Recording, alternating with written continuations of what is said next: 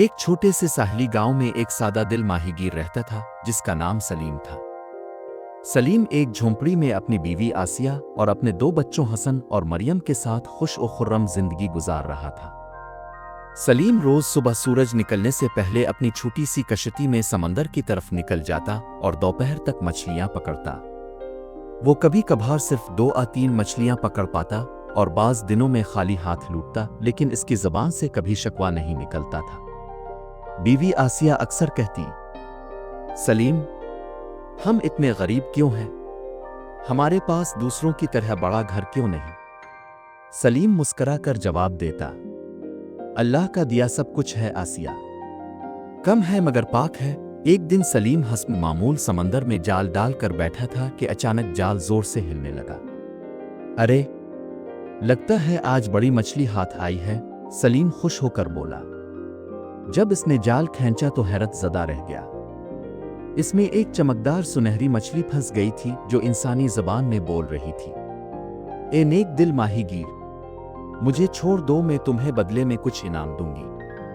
سلیم حیرت سے بولا، تم بولتی ہو، یہ کیسے ممکن ہے؟ مچھلی بولی، میں جادوئی مخلوق ہوں، اگر تم نے مجھے آزاد کر دیا تو میں تمہاری ہر خواہش پوری کر سکتی ہوں۔ سلیم نے کچھ دیر سوچا، پھر دل میں خیال آیا، یہ اگر واقعی جادوئی مخلوق ہے تو کیوں نہ موقع آزمایا جائے؟ سلیم نے کہا، ٹھیک ہے، میں تمہیں چھوڑتا ہوں، لیکن میری صرف ایک خواہش ہے کہ میری فیملی کو کبھی بھوکا نہ رہنا پڑے۔ مچھلی بولی، تمہاری نیکی اور قناعت سے میں خوش ہوں، واپس جاؤ، تمہیں فرق خود محسوس ہوگا۔ جب سلیم واپس گھر پہنچا تو حیران رہ گیا۔ اس کی پرانی جھونپڑی کی جگہ ایک صاف ستھرا مضبوط مکان بنا ہوا تھا۔ گھر کے سامنے ایک چھوٹا سا باغیچہ تھا اور کچن میں رنگ برنگی سبزیاں، اناج اور خوشبودار سالن تیار تھا۔ بیوی آسیہ نے حیرت سے پوچھا، یہ سب کیسے ہوا؟ سلیم نے مسکرا کر ساری بات بتائی۔ بچے خوشی سے جھومنے لگے۔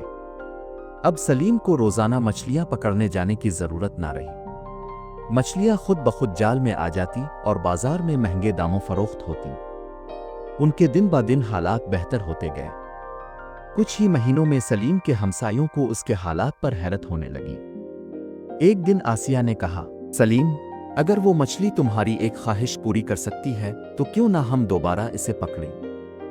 اس سے ہم محل نوکر، سونے کے زیورات، گھوڑے، گاڑیاں مانگ سکتے ہیں۔ سلیم نے کہا، نہیں آسیہ، وہ ایک انعام تھا، قناعت بہتر ہے۔ مگر آسیہ نہ مانی۔ اس نے سلیم کو بار بار کہا اور آخرکار ایک دن سلیم نے مجبور ہو کر سمندر کا رخ کیا۔ مچھلی، اگر تم سن سکتی ہو تو دوبارہ سلیم نے پکارا۔ کچھ دیر بعد وہی سنہری مچھلی نمودار ہوئی۔ کیا تم مطمئن نہیں ہو؟ مچھلی نے پوچھا۔ میری بیوی چاہتی ہے کہ ہمیں اور زیادہ دولت ملے، محل، زیورات، خدام۔ مچھلی نے گہری سانس لی اور بولی، ٹھیک ہے، لیکن یاد رکھو، لالچ کا انجام ہمیشہ برا ہوتا ہے۔ جب سلیم گھر واپس آیا تو وہاں واقعی ایک شاندار محل کھڑا تھا۔ نوکر چاکر، سونے چاندی کے برتن، گہنے، مہنگے کپڑے اور ہر وہ چیز جو دنیا میں موجود ہو سکتی ہے۔ آسیہ خوشی سے پاگل ہو گئی، مگر اس کے دل میں اب اور بھی لالچ پیدا ہو گیا۔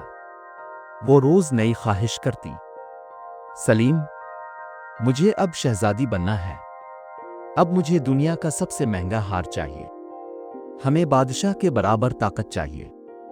سلیم کو یہ سب اچھا نہ لگتا، مگر وہ خاموشی سے سب کچھ سہتا رہا۔